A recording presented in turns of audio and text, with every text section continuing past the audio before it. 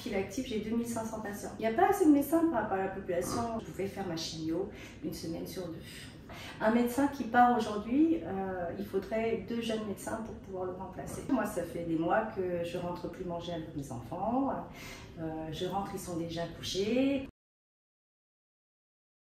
Salut à tous, aujourd'hui on se retrouve pour une nouvelle vidéo et cette fois je ne suis pas tout seul, je suis avec Rosalie qui va se présenter juste après. Alors avant de commencer, pourquoi cette vidéo? Peut-être que vous l'avez entendu en ce moment dans l'actualité, beaucoup de médecins font grève. Alors vous n'entendez pas forcément à chaque fois les bonnes raisons et c'est pour ça qu'aujourd'hui j'ai décidé de faire parler une médecin généraliste, libérale, qui est sur le terrain déjà depuis très longtemps et qui rencontre énormément de difficultés. En ce moment, elle n'est pas dans la meilleure des périodes, on va dire.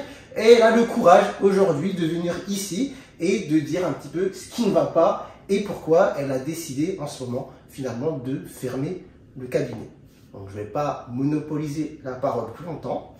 Rosalie, je te laisse déjà te présenter, qu'on sache un petit peu qui tu es. Bonjour Walid, déjà merci de m'interviewer aujourd'hui. Il n'y a pas de souci. Je suis médecin généraliste dans le 93 au Blanc-Ménil et je suis installée depuis 2017. Donc ça fait déjà un bon 5 ans. Ça fait 5 ans. 5 ans que tu es installée en libéral, mais ça fait pas 5 ans que tu es médecin. Ça avait fini un peu avant. Voilà, j'ai fini mes études en 2007 et comme beaucoup de jeunes médecins à l'époque et maintenant, on commence toujours par des remplacements pour voir un petit peu ce qu'on a envie de faire, pour tester un petit peu les différents exercices. Donc j'ai remplacé j'ai remplacé des médecins généralistes à la campagne, en ville et en clinique et puis aussi en centre de santé et je me suis salariée dans un centre de santé et ensuite en PMI avant de m'installer, de choisir le libéral. Du coup finalement il y a vraiment eu un cheminement avant de te positionner en tant que médecin libéral et de poser ta plaque. Je t'ai fait un petit peu la main. Voilà. Mais du coup on va remonter un petit peu en arrière, juste aussi pour découvrir un petit peu le personnage parce que vous allez voir, moi j'ai discuté un petit peu avec Rosalie avant de faire la vidéo, donc vous allez voir que son parcours est un petit peu aussi particulier et que quand même tu as une personnalité assez forte. Et aujourd'hui, finalement, te voir dans une situation où tu as du mal à continuer, c'est que vraiment ça ne va pas. Du coup, on revient un petit peu en arrière. D'accord.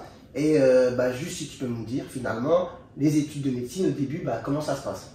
Alors, si on remonte à mes études de médecine, c'est-à-dire l'externat et l'internat, ça a été jalonné quand même de pas mal de galères. C'est une période un peu difficile pour moi parce que en 2002, ma mère est décédée, donc je me rappelle qu'elle était à l'hôpital à Saint-Maurice et on m'a appelée à 8 h du matin quand je sortais de garde. Et voilà, j'étais pas présente. Et en 2003, pareil, pas présente pour le décès de mon père. Et puis, c'est galère sur galère, puisqu'en 2004, j'ai eu un cancer du côlon, j'ai été opérée, j'ai eu 2 mois de repos durant, c'était la fin de mon stage en gériatrie, et j'ai enchaîné avec un stage aux urgences où on faisait semaine off, semaine on, parce que stratégiquement, avec un stage aux urgences et ce mode de fonctionnement, je pouvais faire ma chimio une semaine sur 2, en étant de garde parfois avec la chimio. Voilà, donc extrêmement difficile. Là, tu fais ta chimio, tu te fais opérer pendant que tu es interne, justement pour pouvoir finir ton cursus, tu vois, et pouvoir valider tes stages. Exactement. Voilà, et finir, sachant que les études sont très longues, c'est vrai que mettre en pause avec la santé, tout ça, c'était peut-être compliqué aussi pour toi et que c'était mieux de continuer un petit peu de cette manière. Oui, voilà, moi je pense aussi que je me suis beaucoup réfugiée dans mes études pour en fait passer le deuil. Tout s'est enchaîné. 2002, 2003, 2004 finalement, les 3 événements que tu as cités. Donc après, tu termines fin des années 2000. Et après, tu es sur le parcours que tu as raconté juste avant, différentes expériences professionnelles avant de t'installer en libéral en 2017. Là, on a bien résumé, je pense. Donc, vous avez retenu, donc, Rosalie, médecin généraliste, installée en libéral depuis 5 ans dans le 93. Exact. Voilà. Avec une expérience de vie quand même pas facile. Et tu es costaud, on peut se le dire. Tu as quand même tenu, réussi à finir ses études malgré tout ça, réussi à avoir un cheminement, à s'installer. Et là, en ce moment, ça va pas. En ce moment, ça va pas. Ça va pas. Du coup, pourquoi ça va pas? Mais alors, il y a 2 mois, enfin, on va dire que l'année 2022, c'était vraiment une année qui commençait à devenir vraiment éprouvant pour moi. Parce qu'il y a 2 de nos associés, donc je travaille dans un cabinet de groupe de 4 médecins généralistes, et en 2021, j'ai un premier associé qui est parti à la retraite. En 2022, une deuxième associée qui est partie à la retraite. Je me suis retrouvée avec, on va dire, 2-3 fois plus de patients. Donc, des journées à rallonge, à finir à 21h, 22h, et puis maintenant, à minuit, 2 fois par Parce semaine. que tu es dans une, t'imagines, Blanc-Ménil 93, c'est une zone où il n'y a pas assez de médecins par rapport à la population. Il n'y a pas assez de médecins par rapport à la population. Il y a 55 000 habitants actuellement. Et on est, en densité médicale, on est à 3,5 médecins pour 10 000 habitants. Donc un médecin pour 3500 habitants. Ouais, c'est énorme, c'est énorme. Et toi, justement, en nombre de patients, tu en as combien du coup maintenant? En fil actif, j'ai 2500 patients. 2500, donc vous savez peut-être pas, mais c'est énorme. 2500, franchement, pour un seul médecin. De là où je viens, à la base, moi j'ai beaucoup remplacé dans le Nord. La plupart des médecins que je remplaçais, quand j'allais sur leur compte en gros Amélie Pro, où on a la patientèle, c'était à peu près 1000, 1200, tu vois, des fois 1500 pour ceux qui ont une plus grosse patientèle. 2500, j'avoue, jamais vu. J'ai découvert ça un petit peu ici, d'ailleurs, en arrivant sur Paris, on découvre un peu la banlieue, etc. Beaucoup de médecins comme toi qui ont énormément, parfois jusqu'à 3000. Jusqu'à 3000 patients parfois, c'est énorme. Et c'est pas par choix en fait, on ne fait pas exprès d'avoir plus de patients en fait, c'est la demande qui augmente. Ouais, parce que du coup, déjà il y a le départ. Oui, il y a le départ. Il y a le départ de ceux qui ne sont pas remplacés, parce que d'ailleurs j'ai fait une vidéo sur le sujet, je vous invite à aller la voir. J'ai parlé un petit peu des politiques de santé, du numerus clausus, etc. Qui fait en tout cas qu'en termes de nombre, c'est mathématique. Aujourd'hui, le nombre de médecins qui part, mathématiquement, ne peut pas être remplacé. Voilà. Ça. Un médecin qui part aujourd'hui, il faudrait 2 jeunes médecins pour pouvoir le remplacer. Par rapport au volume horaire. Hein. C'est compliqué, bah oui, parce que déjà, bon, le nombre de médecins, il y en a beaucoup qui partent. Il n'y en a pas assez sur les dernières années qui sont arrivées finalement par rapport à l'augmentation de la population. La demande de soins, elle augmente aussi. La population vieillit et devient polypathologique. Exactement. Enfin, il y a énormément de paramètres qui entrent en compte et qui font qu'aujourd'hui, des médecins comme Rosalie, installés depuis un certain nombre d'années dans certains endroits, se retrouvent à devoir encaisser, engorger un nombre de patients énorme. Et du coup, après, ça s'impacte sur ta vie, bien sûr, ta vie personnelle. bien sûr, moi, ça fait des mois que je rentre plus manger avec mes enfants. Je rentre, ils sont déjà couchés. Parfois, ils sont malades. J'ai pas le temps de les voir pendant 3-4 jours. Juste le soir, je passe, je touche le front pour voir s'ils ont de la fièvre ou pas, mais je les examine même pas moi-même. Des fois, je passe ma journée à voir des patients qui n'ont pas grand chose, 24 heures de fièvre à peine, ou le nez qui coule, et je me dis, mais ça fait 3-4 jours que j'ai pas examiné mes propres enfants, tu vois. Bizarre, hein. Bizarre. Du coup, donc déjà, il y a ça. Il y a finalement les autres médecins qui partent, pas assez de personnes pour venir justement les remplacer. Toi qui dois engorger finalement le flux de patients qui ne trouvent pas de médecin. À côté de ça, tu peux parler aussi d'autres choses, des autres choses qui justement pèsent surtout au quotidien dans ta vie de médecin et qui font que ça devient très dur. On en parlait un petit peu tout à l'heure. La papasserie, les rapports qu'on a avec la sécurité sociale, qui est compliqué. On va juste faire point par point. Déjà les papiers, ça représente un temps important pour toi? Bien sûr, ça représente entre 10 et 20% de mon temps de travail par semaine. Hebdomadairement, ça représente environ 10 heures. Sauf que maintenant, il y a une partie de la papasserie que je ne fais même plus. Parce que ça s'accumule, bien sûr. Voilà, manque de temps, et puis même t'as pas envie quoi. T'as pas envie. Et c'est sûr que si tu dois engorger le flux de patients qui ne fait qu'augmenter, t'as à peine le temps de voir ta famille, tes enfants, tu vas pas rester au cadre pour faire de la paperasse. À minuit, j'ai qu'une envie, c'est de rentrer dormir. Hein. Déjà, ça, bien sûr, je te comprends. Je te comprends. Donc les papiers, là tu parlais aussi des rapports compliqués avec la Sécu. C'est-à-dire les feuilles de soins qui sont rejetées, je n'ai même plus le temps de regarder pourquoi c'est rejeté. De toute façon, une feuille de soins rejetée, alors je sais pas, mais c'est compliqué quand même de savoir. Déjà, on va juste expliquer parce que tout le monde ne comprend pas. Bon, finalement, les feuilles de soins, c'est ce qui permet aux médecins d'être payés. Quand on fait le tiers payant. Quand on fait le tiers payant, c'est-à-dire soit la feuille marron là, soit via la carte vitale, il y a les feuilles de soins électroniques, les feuilles de soins papier. Et dans tous les cas, après, en gros, vous regardez sur votre logiciel si vous avez été payé via cette feuille de soins. et il y a beaucoup de rejets. Il y a des rejets, mais on ne comprend pas, on n'a plus le temps de chercher à comprendre, donc on laisse passer. Voilà. Parce que là, il faut contacter la Sécu, ça ne répond pas patati, c'est long. En tout cas, c'est des démarches encore administratives, et au final, tu te retrouves à faire du bénévolat en fait. Oui. Ouais, c'est-à-dire il y a énormément de rejets, oui. Tu n'as pas le temps de caser ce temps papier. Pour vérifier, parce que, et puis tu sais, la sécurité sociale, quand elle t'envoie une notification de rejet, tu dois avoir un truc comme 10 jours pour répondre. En plus, si tu as un délai pour répondre, tu n'as pas le temps. Moi, ça m'est arrivé plein de fois pendant les vacances, de me rendre compte au retour des vacances que j'avais tant de choses rejetées et qu'il fallait que je réponde, parce que sinon c'est des indus. Parce que c'est ça. Ils rejettent après, hein. Ils te payent quand même 3-4 jours après avoir passé la carte vitale, sauf qu'ils se permettent 1 mois ou 2 mois après de te réclamer. Et si tu ne dis rien, et ben, ils te le récupèrent directement sur ton compte bancaire. Ouais, ça fait mal. Ça fait mal, c'est injuste. Quand tu n'avais pas préparé, ça fait mal. Donc il y a ça. Après, en termes, justement, si on parle d'argent, en fait, tes charges, tu vois, tu as énormément de charges. Oui, toutes les charges ont augmenté de 40% en moyenne. Ce qui est énorme. C'est énorme. C'est énorme. Je parlais tout à l'heure, on discutait de tes charges fixes de cabinet, par exemple, qui ont doublé en fait. Avec l'inflation, ça a doublé. Oui. Donc, voilà, ça fait. Et du coup, ça, par contre, lui, le prix de ta consulte n'a pas augmenté. Mais pas du tout. Il n'a pas augmenté et du coup, c'est compliqué. Mais oui, avant on était 4 associés, donc les charges c'était 1 200 €. Ensuite, quand on est passé à 3 associés seulement, j'ai augmenté à 1 200, 1 400, 1 500. Et là, 1 500, ça ne suffit plus mensuellement. Donc je suis tout le temps en train de réinjecter de l'argent parce qu'on est autour de 2000 à peu près. Ouais, les charges fixes de cabinet. Je ne parle pas de ces charges qu'elle paye, cotisation, URSSAF et tout ça. On parle vraiment juste faire tourner le cabinet, les machines, logiciels, l'ordi, loyer, l'électricité. Alors il y a aussi la secrétaire présentielle qui est là pour tiers-temps. C'est pas suffisant. C'est pas suffisant. Sachant qu'on a une patientèle comme la tienne, c'est important d'avoir aussi une secrétaire qui peut faire tout ce que tu n'es pas censé faire en fait quand tu fais ton exercice médical.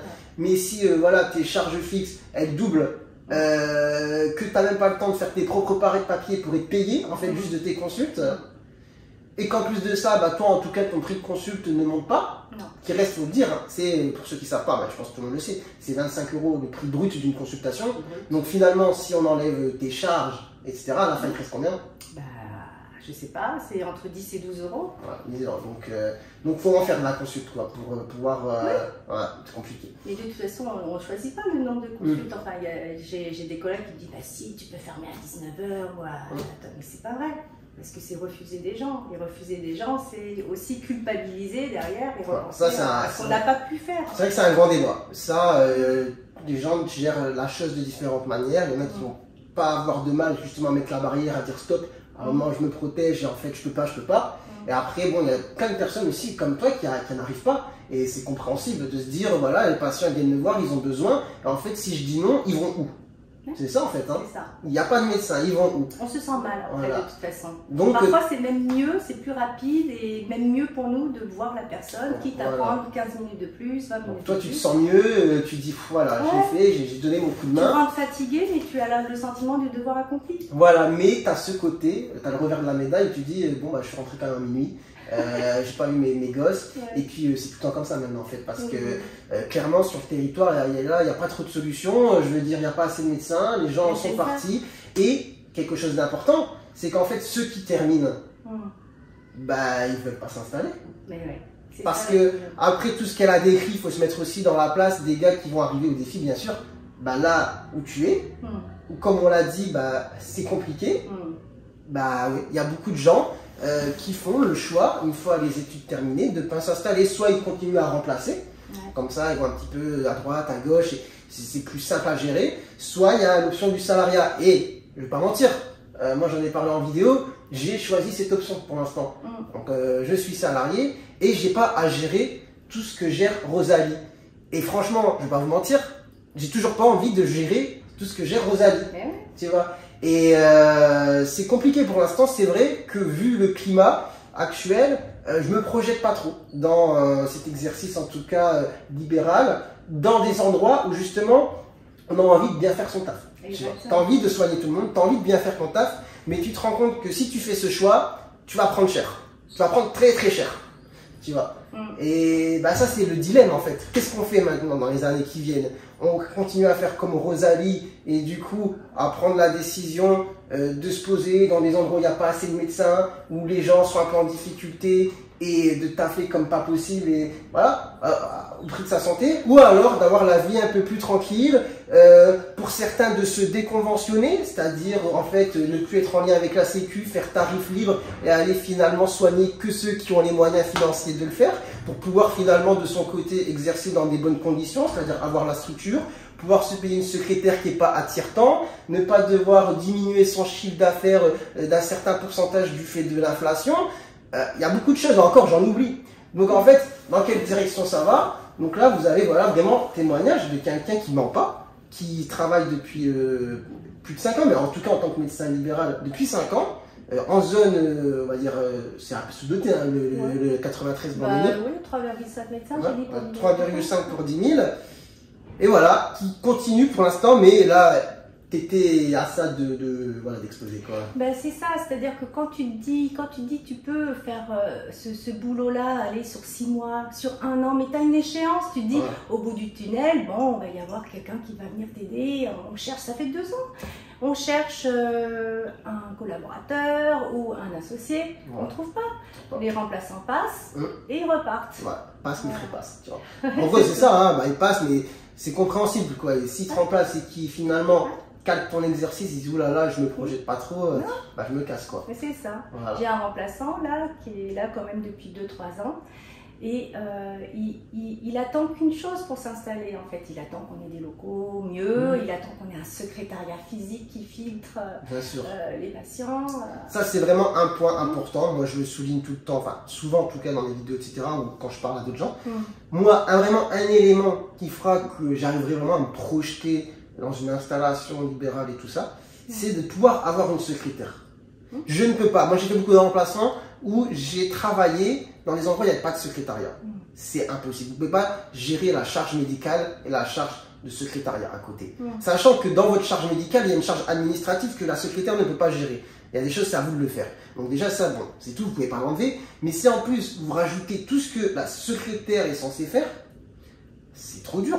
Personnellement, moi, c'est un avis, ça n'engage que moi, mais je pense que tout ce qui est en train de se passer est en train de tuer des vocations, parce que même ceux qui sont motivés vont être découragés finalement du fait même des mesures qui sont instaurées là récemment. Là, il y a beaucoup de mesures qui sont mises en place, j'en ai fait des vidéos, avec le rallongement des études de médecine, le fait de devoir la faire là, la dernière année justement dans les déserts. Enfin, il y a beaucoup de choses qui sont contre-productives et qui font que les gens, dans le choix, dans leur réflexion, bah, envisage d'autres options. Voilà. Et en même temps, c'est naturel, c'est normal. Et vous ne pouvez pas reprocher à quelqu'un, même qui avait finalement la vocation, de se dire, la personne a analysé finalement et se rend compte que c'est peut-être un peu trop, voilà, pour elle, et se dit, bon, bah, il y a d'autres choses dans la vie, je peux en faire d'autres. C'est ça, voilà. On a marre qu'on nous bassine nos devoirs. Hein. On a marre de ça. Hein. Nos devoirs, on les connaît. Hein. Dès qu'on a mis les pieds dans les études. Hein. Donc voilà, en fait, bah, on a résumé pas mal de choses. Peut-être qu'on en oublie, hein, parce que peut-être qu'on en oublie. Je réfléchis un petit peu comme ça. Je réfléchis, mais je pense franchement qu'on a fait un petit peu le tour. Peut-être qu'on a oublié des choses, mais bon, en tout cas, on a parlé beaucoup et je pense qu'on a dit quand même l'essentiel. Ça m'a fait plaisir, en tout cas, de te donner la parole. De donner la parole à Rosalie, qui, voilà, comme je dis, médecin sur le terrain, qui travaille, qui est dans une situation où c'est compliqué pour elle, personnellement. Elle a du mal aussi à se projeter dans le futur de son exercice. Et ça, c'est assez triste de se dire en France qu'il y a beaucoup de médecins qui exercent, qui se posent des questions sur le demain. Qu'est-ce que ce sera demain? Est-ce qu'ils continueront à exercer? Est-ce qu'ils continueront à exercer de cette manière? À ce rythme, ça risque d'être compliqué. Et c'est aussi triste de se dire que c'est le cas déjà pour ceux qui n'ont même pas commencé ou qui commencent à peine en se disant « oulala, on va dans une situation quand même compliquée ». Et c'est vrai que ce qui est mis en place, les mesures qui sont mises en place, ne vont pas dans le bon sens, en tout cas du point de vue de ceux qui sont sur le terrain, qui travaillent, qui se disent « oh là là, mais non mais c'est quoi ces décisions là, il n'y a rien qui va ». Donc je pense qu'on avait résumé. Et je te remercie de m'avoir donné la parole. Bah, il n'y a pas de souci, tu es la bienvenue. En plus regardez, tu peux montrer ce que tu bois, hein. Un petit thé fait maison. Hein. Oui, avec les moyens du bord. Avec les moyens du bord. J'avais pas de sucre, mais je consomme très peu de sucre. Voilà, en tout cas il est bon. Il est très bon. Il est très bon. Voilà, bah écoutez, sur ce, j'espère que la vidéo vous a plu. N'hésitez pas à chaque fois, j'oublie de dire, abonnez-vous. Ah oui, abonnez-vous. Voilà, abonnez-vous à la chaîne. Et moi, je vous dis à très bientôt pour de nouvelles vidéos. Allez, ciao, ciao. Ciao, ciao.